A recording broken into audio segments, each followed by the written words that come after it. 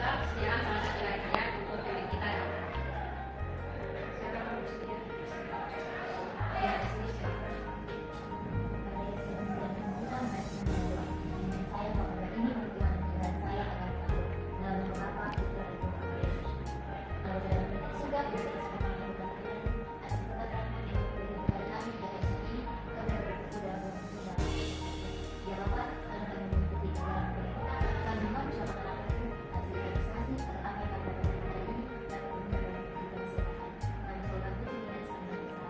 Amin.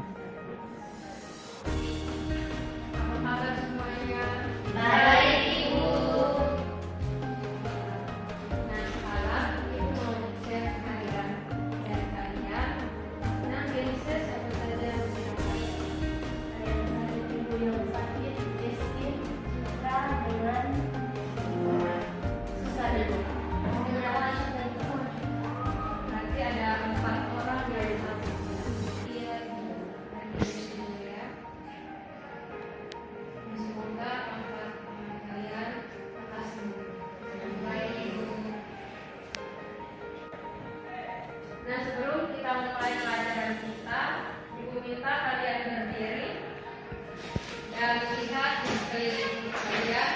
Jika ada sampah, silakan ambil dan buang ke tempat sampah.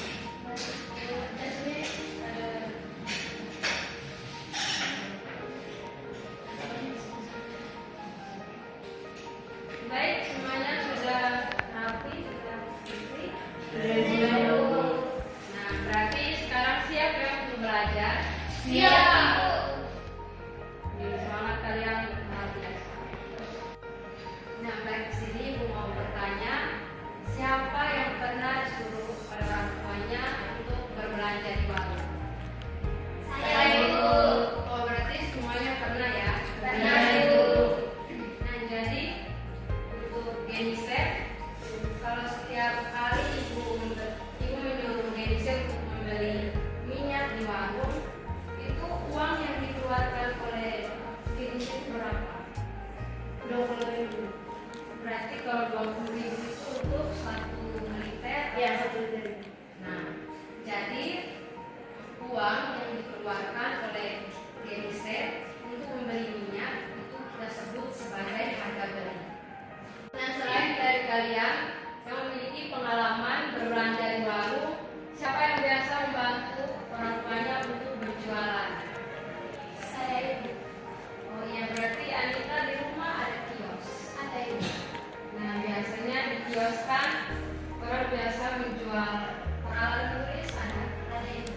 Nah, biasanya untuk 1 box pulpen itu harganya berapa? Yang 1 waktu itu harganya 3.000. Nah, jadi 3.000 itu menyatakan harga jual. Jadi kalau untuk besaran harga yang ditetapkan pada suatu barang yang kita jual itu disebut sebagai harga jual. Nah, setelah kalian sudah mengetahui tentang harga jual maupun harga beli, di sini Ibu akan kaitkan dengan untung dan rugi. Nah, misalnya nih, kalau Olive membeli sebuah sepasang sepatu di online shop seperti Shopee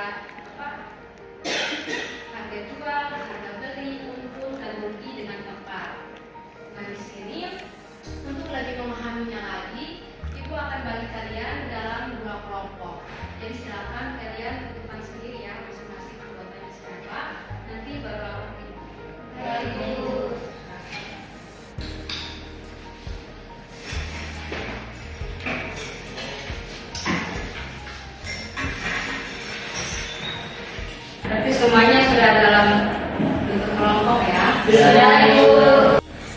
Menjadi tujuan pembelajaran kita hari ini adalah yang pertama, peserta didik mampu menjelaskan pengertian dari harga jual, harga beli, untung dan rugi.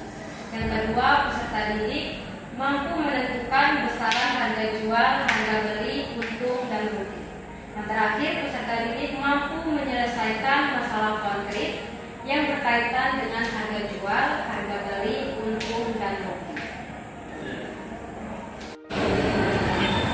Apakah semuanya sudah duduk dalam kelompok? Sudah, Ibu. Baik. Nah, di sini sudah ada LKPD. Nanti kalian akan menyelesaikan contoh kasus dalam LKPD ini. Namun sebelum itu, Ibu akan menerangkan sedikit mengenai gambaran umum dari rumus untung dan rugi. Ya, Ibu. Kan tadi definisi dari harga jual dan harga beli kan kalian sudah ketahui. Nah, kemudian dari harga jual dan harga beli itu kita kaitkan lagi dengan untung dan rugi. Jadi untuk rumus untung itu sama dengan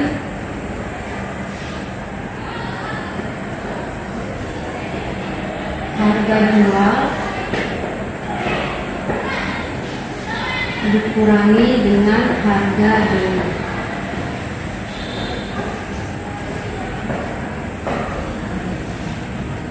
Sedangkan untuk rugi rumusnya harga beli dikurangi dengan harga jual.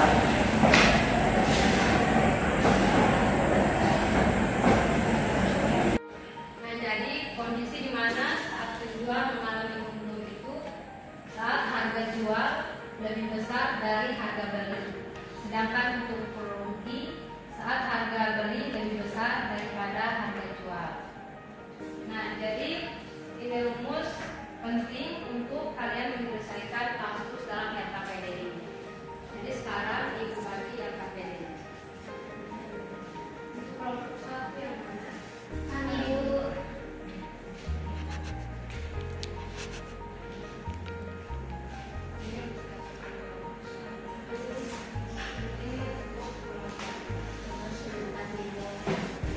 Jadi silakan kalian amati LKPD-nya dan jangan lupa untuk baca petunjuk pada cover depannya. Apabila ada beberapa hal yang belum kalian pahami dalam LKPD tersebut, kalian bisa langsung tanyakan ke Ibu. Baik, Ibu.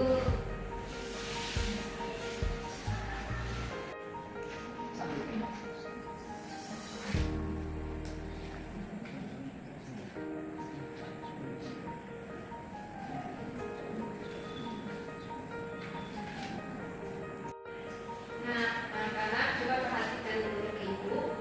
Jadi kasus yang akan kalian analisis itu berupa kampus, bazar, makanan di sekolah. Nah, untuk lebih jelasnya kalian bisa simak video.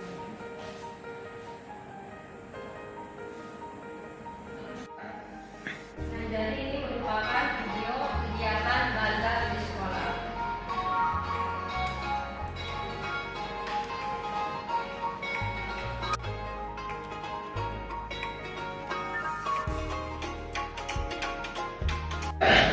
Nah, baik, setelah kalian mengamati video tadi, silakan kalian fokus kembali ke LKPD-nya.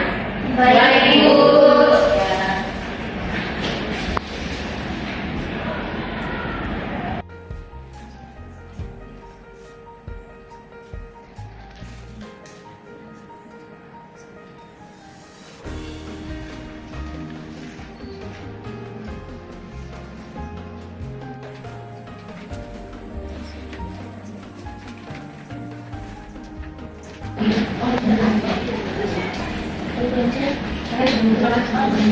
Apabila sebagai haji dengan kajian Ibu sebagai kalian analisis pejabat keseluruhan. Ya, Ibu. Ibu, saya bertanya Bu, berkaitan di sini seorang pembeli membeli 3 cup sekaligus, tapi karena rasanya kurang enak, pembeli komplain dan Mira serta teman-temannya bernegosiasi dengan pembeli sehingga Mira mengembalikan uang pembeli sebesar 15.000. Nah, di sini pertanyaan saya Ibu, apakah 3 cup tersebut dirasakan gratis atau bagaimana? Nah, berarti kalau pembeli sudah berkembali, otomatis uang harus dikembalikan. Tapi kalau uang sudah kembalikan secara keseluruhan, itu tidak bisa karena setelah kita jual sesuatu, pasti kita mau bawa itu. Nah, karena di sini Mira dan teman-temannya sudah melakukan kesalahan, mungkin mereka mengambil langkah yang tepat untuk mengatasi masalah ini. Jadi coba Boy dan teman-teman bisa lihat di bagian apa modal usahanya di bagian A. Di bagian A itu ini pada untuk Esmilo kan mereka rencana harganya itu kan 6.000 per cup. Nah kemudian tadi pembeli belinya berapa cup? 3 cup. Nah bila 3 cup kita kalikan dengan harga per cupnya 6.000. Kalau 6.000 dikalikan 3 itu juga uang yang didapatkan oleh Mira semuanya berapa? Itu 18.000 kan? Nah sedangkan Mira kan sudah memperoleh 18.000 ini baru kenal sore kembalikan 15.000 gimana kembalikan sehingga kita melakukan selisih antara harga sama dengan harga yang dikembalikan tadi. Jadi 18.000 kurangi 15.000 berapa? 3.000. Otomatis jumlah atau pendapatan yang diperoleh oleh Mira itu adalah 3.000. Sehingga untuk 3 cup dibagi 3.000 berapa?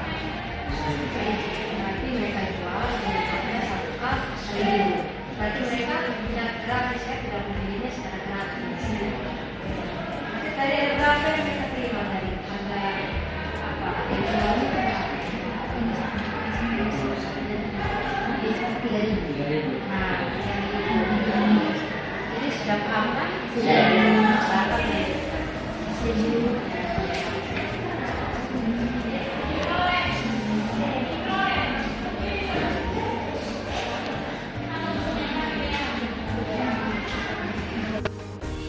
Baik, semuanya sudah selesai?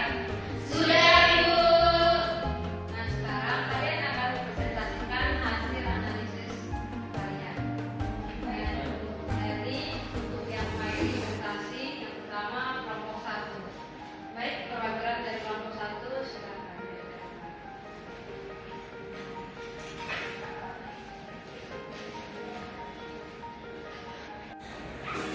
Jadi baik teman-teman dan ibu guru, di sini kami akan mempresentasikan hasil dari apa yang kami berdasarkan di LKPD dan akan diberdasarkan oleh kawan saya Anita. Baik, yang pertama untuk analisis modalnya, untuk total modalnya itu Rp100.000. Yang kedua untuk modal per kakek meal itu Rp3.800. Untuk yang ketiga modal per potong pisang goreng yaitu Rp3.100. Yang kedua untuk target penjualannya, untuk target pendapatan meal itu harganya Rp60.000. Yang kedua untuk target pendapatan pisang goreng Rp70.000. Yang ketiga kejadian real di lapangan, untuk total pendapatan SBO itu Rp42.000 ditambah Rp3.000 sama dengan Rp45.000. Total pendapatan pisang goreng sama dengan Rp35.000 ditambah Rp12.500 sama dengan Rp47.500. Yang ketiga keuntungan atau kerugian SBO itu Rp45.000 dikurang Rp38.000 sama dengan Rp7.000 dan itu disebut utuh. Yang keempat untuk keuntungan atau kerugian pisang goreng itu Rp47.500 dikurang Rp62.000 sama dengan Rp14.500 yang disebut rugi. Yang keempat total untung atau rugi. Untuk total untung atau rugi itu Rp7.000 ditambah rugi dari pisang goreng itu Rp14.500 yaitu sama dengan negatif Rp7.500 yang disebut rugi. Jadi baik, sekarang kita sudah ketahui analisis modal pada penjualan kejadian real di lapangan dari data yang sudah kita makan tadi. Sini kami ada evaluasi dan saran untuk bazar minggu depan, di mana untuk yang pertama kita lebih memilih untuk menjual Esmilo karena lebih menguntungkan. Itu dikarenakan masih untung meskipun ada masalahnya, dan modal tetapnya juga lebih murah dari harga jual normal. Dan hal penting yang kami pelajari dari LKPD yang sudah kami kerjakan tadi, yaitu kami pelajari bahwa untuk berjualan sebaiknya menghitung semua total bahan dan membandingkannya dengan harga jual agar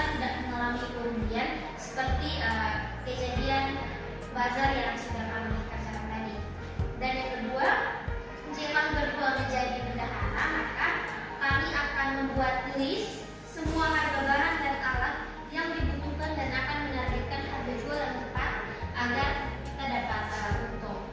Demikian pembacaan jawaban yang sudah kami kerjakan. Mungkin ada teman-teman yang ingin tambah di lain, kami persilakan. Ibu, kami mau rekomendasikan sedikit, Ibu. Silakan Boy. Baik, kalau dari kelompok kami kita tetap jual keduanya, tapi dengan perbaikan, di mana variasi produk penting. Ada yang suka minum, ada yang suka makan. Jadi terkait dengan pisang yang hangus tadi itu, kita bisa atur dengan harganya naik untuk minggu depan. Itu kalau dari kelompok kami. Terus kalau hanya jual es Milo itu, bagaimana dengan siswa yang tidak suka minum dingin atau sedang sakit? Itu dari kelompok kami. Jadi baik, saya langsung menjawab dari Boy. Kalaupun kami hanya jual es Milo dan ada orang yang ada batuk atau tidak suka es Milo, kami bisa menyediakan air mineral sebagai alternatif untuk mereka bisa minum untuk orang-orang yang sedang sakit. Jadi kami memilih tetap memilih menjual es Milo karena sangat menguntungkan dan tidak memerlukan biaya tambahan alat-alat lain itu.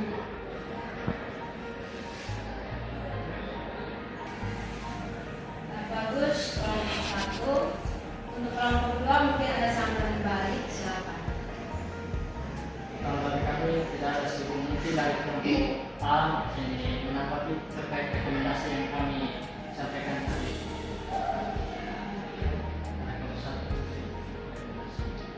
Baik Boy, mengenai air mineral, selain itu tadi juga Boy ada bilang bahwa bisa naikkan harga pisang goreng jadi Rp4.000.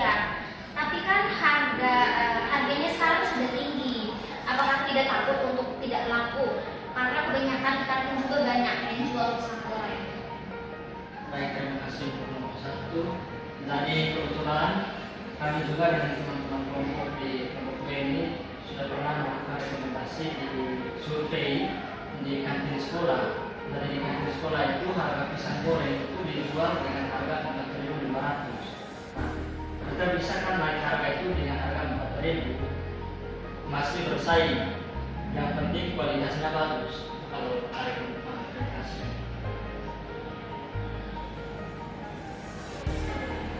Di sini saya mendengarkan dua pendapat yang berbeda dari kelompok satu dengan kelompok dua. Untuk itu, tepuk tangan dulu untuk kita. Silakan kembali. Terima kasih Ibu. Menjadi tadi kelompok satu berpendapat bahwa untuk rekomendasi bahkan ke depannya itu hanya es Milo saja karena pisang goreng mengandung kemudian. Sedangkan untuk kelompok dua tetap mempertahankan kedua menu tersebut. Karena ada beberapa alasan. Misalnya di sini, mari kita belajar sama-sama data yang termuat dalam kasus tadi.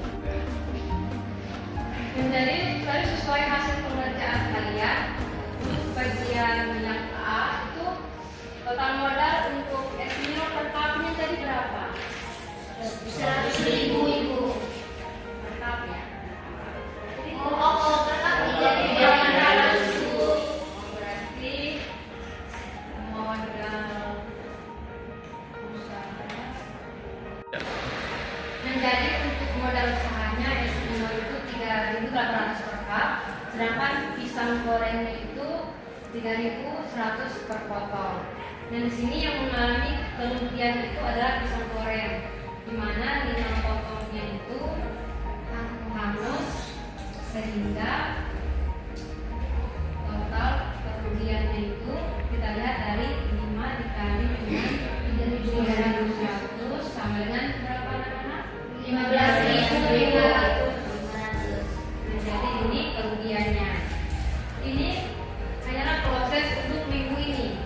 Nah, misalkan untuk minggu depan saat proses produksi pisang goreng ini ternyata yang hangus itu hanya 1. Jadi kita bisa antisipasi ya berdasarkan pengalaman minggu ini. Dan jadi jika minggu depan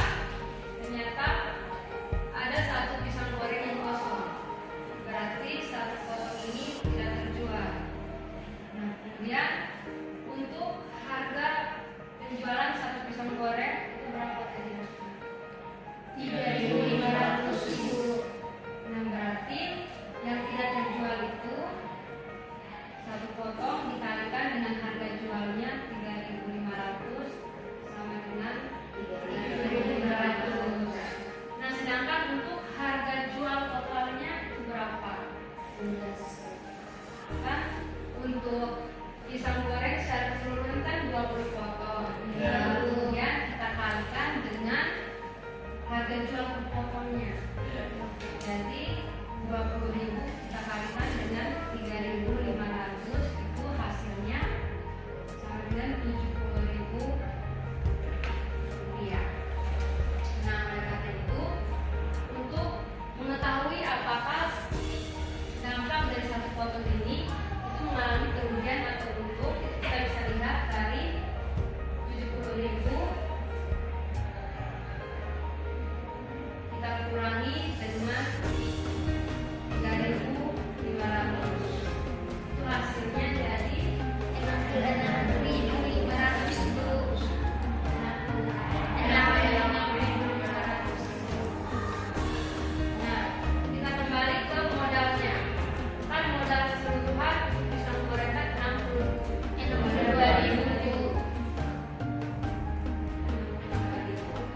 Nah, untuk mengetahui apakah untung atau tidak, kita selisihnya kita kurangi antara harga total pendapatan dikurangi dengan modal awal-awal.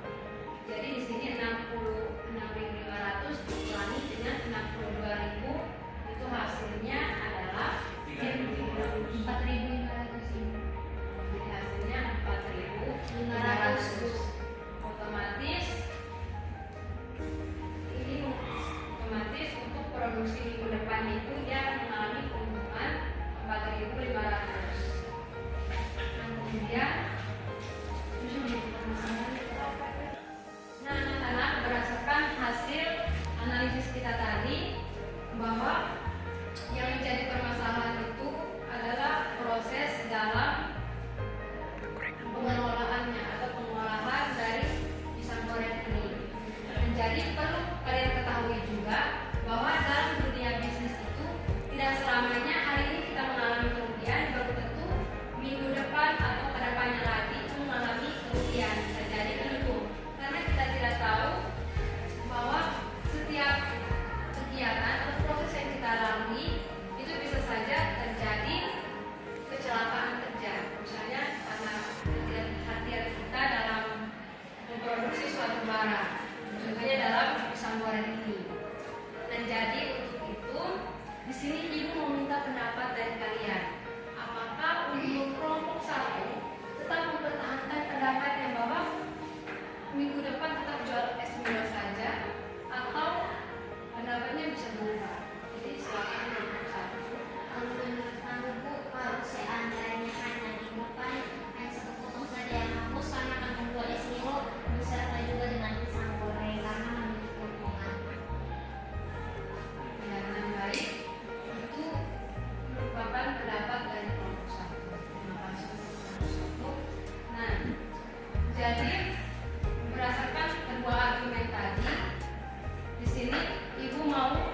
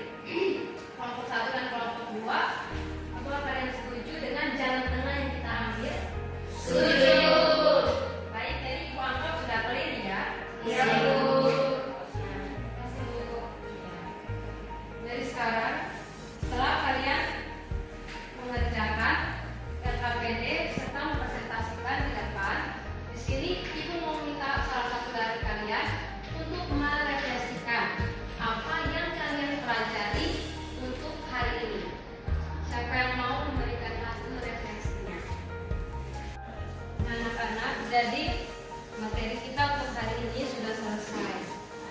Nah, kan tadi kalian sudah menganalisis kasus yang cukup rumit. Itu dimulai dari beberapa tahapan, dari tahap A sampai tahap D. Jadi pasti sekarang kalian sudah pusing 7 kali lipat. Ya, sama Bu. Nah, untuk itu, siapa di sini yang pernah ice breaking? Anita Ibu. Anita. Baik, silakan Anita maju ke depan untuk pimpin kita ice breaking. Ibu juga sudah aktif. Ayo.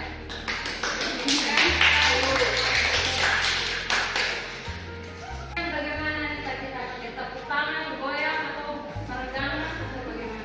Pakai saut Ibu. Oh, ada tepukan, ya Ibu. Nanti Anita berikan contoh dulu baru kita sama-sama perlahan ya. Ya.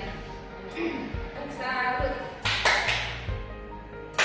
Salut, salut. Salut, salut. Salut. Nanti teman-teman bisa ikuti. Siap, Anita. Semuanya siap? Siap. 1, 2, 3. Tepuk salut. Salut, salut. Salut, salut. Salut. Sekali lagi. Teman ada semangat ya. 1, 2, 3. Tepuk salut. Salut, salut. Salut, salut. Salut. Terima kasih Anita. Jadi tadi itu tepukan salut untuk kalian semua ya. Iya, Ibu. Jadi sebelum kita mengakhiri pelajaran kita, Ibu minta salah satu dari kalian untuk pimpin doa. Selamat Bu.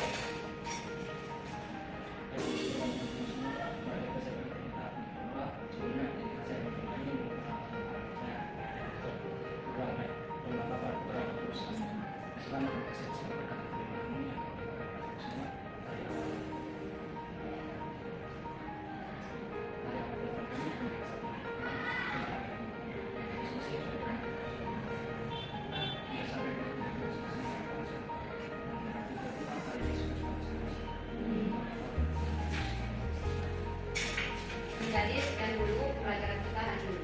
Nah, silakan kalian rapikan kursi dan kemas peralatan tulis kalian. Baik, Ibu.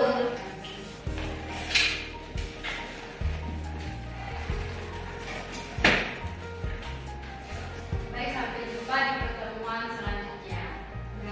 Terima kasih, Ibu.